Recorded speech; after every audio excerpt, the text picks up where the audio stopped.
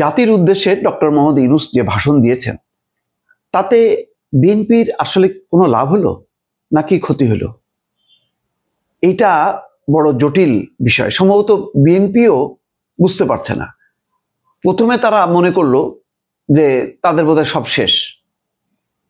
রাতের বেলা মনে হলো যে না, শেষ হয়নি, এর মধ্যে তো আছে, মানে এই জায়গা থেকে বেরোনোর তো পথ আছে, সুতরাং তারা খুশি।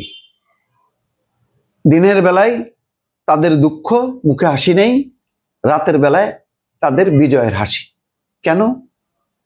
দিনের বেলায় যেখানে মুখ উজ্জ্বল থাকার কথা সেখানে মুখটা কালো হয়ে গেল, আর রাতের অন্ধকারে মুখটা উজ্জ্বল হয়ে গেল। কারণটি কি?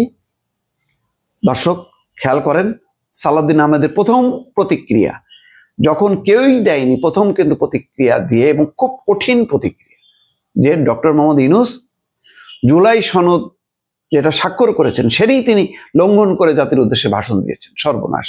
কি ব্যাপার? কেন? বলছে যে ওই যে সংবিধান কি পরিষদ গঠন করতে হবে, তারপরে বলতেছে যে 180 কার্যদিবসের মধ্যে সংবিধান সংশোধন করতে হবে, তারপরে একটা এই সংক্রান্ত যে পরিষদ গঠন করা এবং 80 দিনের মধ্যে সংবিধান সংস্কার করার যে বিধান, এইগুলি তো আলোচনায় ছিল না, এইগুলি কেন চাপাই দেওয়া হলো? এই বিষয়গুলো নিয়ে সোচ্চার। তারপরে দেখেন আজকেও সালাউদ্দিন আহমেদ বলছেন গণভোটের মাধ্যমে সংবিধান সংশোধন হবে না, হ্যাঁ, পার্লামেন্টের মাধ্যমে।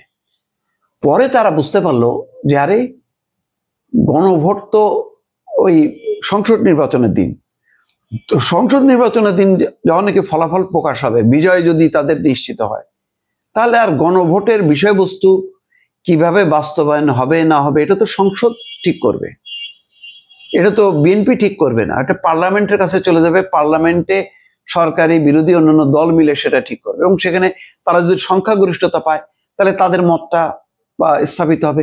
সংসদের উপরে তো সার্বভৌম, এরপরে তো আর অন্য কোনো কিছু থাকে না। দেখেন কেন বললাম, আপনি যতই আইন করেন, একেবারে সংবিধান বানান না কেন, ওই যে তত্ত্বাবধায়ক সরকার ব্যবস্থা উল্টায় দেয়নি?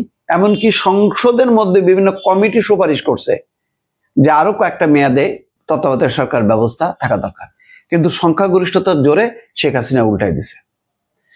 হয়তো রাতের বেলা মনে পড়ছে বিএনপির, নিজেরা আলোচনা করে, স্থায়ী কমিটির জরুরি মিটিং ছিল, ভার্চুয়ালি যুক্ত ছিল তারেক রহমান, তারা আলাপ আলোচনা করে দেখছে যে দিন শেষে তো সংসদ নির্বাচন, এবং ওটা তো ঠিক আছে, ফেব্রুয়ারির প্রথম ভাগে নির্বাচন, ওই ব্যাপারে তো সরকার দেবেই, প্রতিশ্রুতিবদ্ধ। তাহলে এই গণভোটের বিষয় নিয়ে, জুলাই সনদের বিষয় নিয়ে আমরা কেন এত হইচই করতেছি? আমরা তো সনদে স্বাক্ষর করছি, তো স্বাক্ষরের বিষয়বস্তু আমরা সেই অনুযায়ী পাশ করবো। আমরা বলবো যে এই বিষয়ে আমরা স্বাক্ষর করছি, আমরা এটা বাস্তবায়ন করলাম, হয়ে গেল। তখন তাদের মুখে বিজয়ের হাসি। সরকারকে অভিনন্দন, ডক্টর মোহাম্মদ ইউনূসকে অভিনন্দন। দেখেন আজকে তিনটা, আমি শিরোনাম বলি, তিনটা দলের তিনটা শিরোনাম করছে। প্রথম আলো, প্রধান উপদেষ্টাকে ধন্যবাদ বিএনপির। জামাত বলছে গণদাবি উপেক্ষা করা হয়েছে, তার মানে ওই যে আগে গণভোটের একই দিনে না, আগে এই গণদাবি যে ছিল গণভোটের পক্ষে, এটা জামাত বুঝলো কি করে? এটা আশ্চর্য ব্যাপার। বিএনপি একমত না, আরো অনেক দল একমত না, মানুষ একমত কি একমত না, এটা তো বোঝার উপর নেই। বলে দিলাম যে আমি এটা গণদাবি, গণভোটের মতন গণদাবি হয়ে গেল। আচ্ছা যাক, বুঝলাম জামাত অসন্তুষ্ট। এনসিপি একটু মানে ভেবাচাকা খেয়ে গেছে, কি বলবে না বলবে, কারণ তারা তো আবার আলাদা, বিএনপিও না, তারা জামাতও না। তো বলছে আদেশ পর্যালোচনা করছে এনসিপি, এখন তারা গবেষণায় বসে গেছে। আসলে তাদের তো গবেষণা পড়াশোনা করারই কাজ, তাদের তো রাজনৈতিক দল করার কথা না। বরং এইটা যদি করতো তাহলে তারা আজকে ছড়ি ঘোরাইতে পারতো সবার উপরে। এখন তারা ছড়ি ঘোরানোর চেষ্টা করে, কিন্তু এটা অ্যাকসেপ্টেড না, কারণ তুমি তো একটা দল। দিন শেষে কি হলো?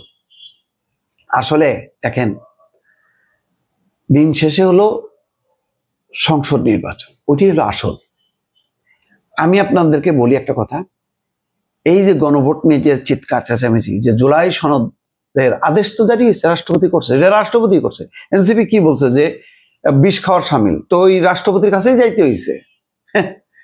কই ডক্টর মোহাম্মদ ইউনূসের স্বাক্ষরে তো জুলাই সনদ আদেশ জারি হলো না?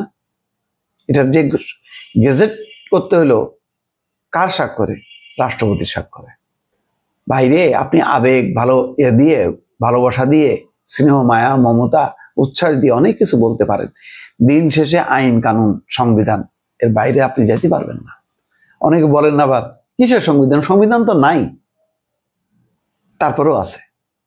সুপ্রিম কোর্টের রেফারেন্সে একটা ওই নড়বড়ে এরকম কাঁপতেছে, প্রতিদিনই কাঁপে, এই মনে ভেঙে পড়বে। এই জন্য বারবার বলছিলাম ভাই আগে একটা নির্বাচন দিয়ে একটা সাংবিধানিক কাঠামো করেন, তারপরে আন্দোলন করেন, বিপ্লব করেন, বিক্ষোভ করেন, সমস্যা নেই তো। নির্বাচিত সরকার মানে না, মানে একদম মানে পার্লামেন্ট ইলেকশন হয়ে গেলে কি সে একেবারে এমনই হয়ে গেল যে 5 বছর আগে কারো কথা না শুনলেও সে চলতে পারছে? দ্বাদশ জাতীয় সংসদ নির্বাচন আমি নির্বাচন করে পারছে হাসিনা টিকতে? তারপরেও করতে হয়েছে। এই জন্য সে বাইরে থেকেও বলতে পারছে যে আমি তো নির্বাচিত প্রধানমন্ত্রী। আর এখন যদি ভেঙে পড়ে আপনি বলতেও পারবেন না, ওই উপদেষ্টারা বলবো না ভাই আমি উপদেষ্টা ছিলাম না, আমি বলবে যে কেউ আমি ব্যাংকার ছিলাম, আমি অর্থনীতিবিদ ছিলাম। ডক্টর ইউনূস বলবে যে আমি তো গ্রামীণ ব্যাংকের প্রতিষ্ঠাতা। কিন্তু সাংবিধানিক শাসন হলে বলবে যে আমি প্রাইম মিনিস্টার, আমি প্রেসিডেন্ট, আমি মিনিস্টার, আমি এমপি। আপনি এখন কিছুই বলতে পারবেন না। সুতরাং নির্বাচনটা দরকার, সাংঘাতিক রকমের দরকার ছিল। ওটা বাদ দিয়ে আপনি জুলাই সনদ, গণভোট, আগে সংস্কার, আগে বিচার, ওই ডক্টর ইউনূস 50 বছর থাকুক, 50 বছর পরে নির্বাচন হোক, এই সমস্ত মানে বকওয়াস করে করে দেশের 12টা বাজানো হয়েছে।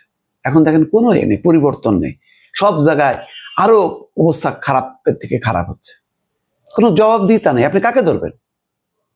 থানায় যান, কোন ভাই আমাদের কিছু করার নেই, সব জায়গায় যান ভাই এখানে অর্ডার নেই, সব বসে আছে চুপচাপ। কিন্তু নির্বাচিত সরকার হলো তার একটা নিজের থেকে একটা জবাবদিহিতার জায়গা থাকবে।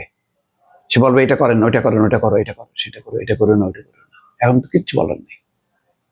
ডক্টর ইউনূস সাহেব আছেন, বড় বড় সেমিনার সিম্পোজিয়াম হবে, সেখানে আদর্শিক কথাবার্তা বলবে, এমন কিছু টার্ম ইউজ করবে যে টার্ম নিয়ে বিশ্বে গবেষণা শুরু হবে। ওরে বাবারে, নোবেল জয়ী ডক্টর ইউনূস এই কথা বলছে, সেই কথা বলছে।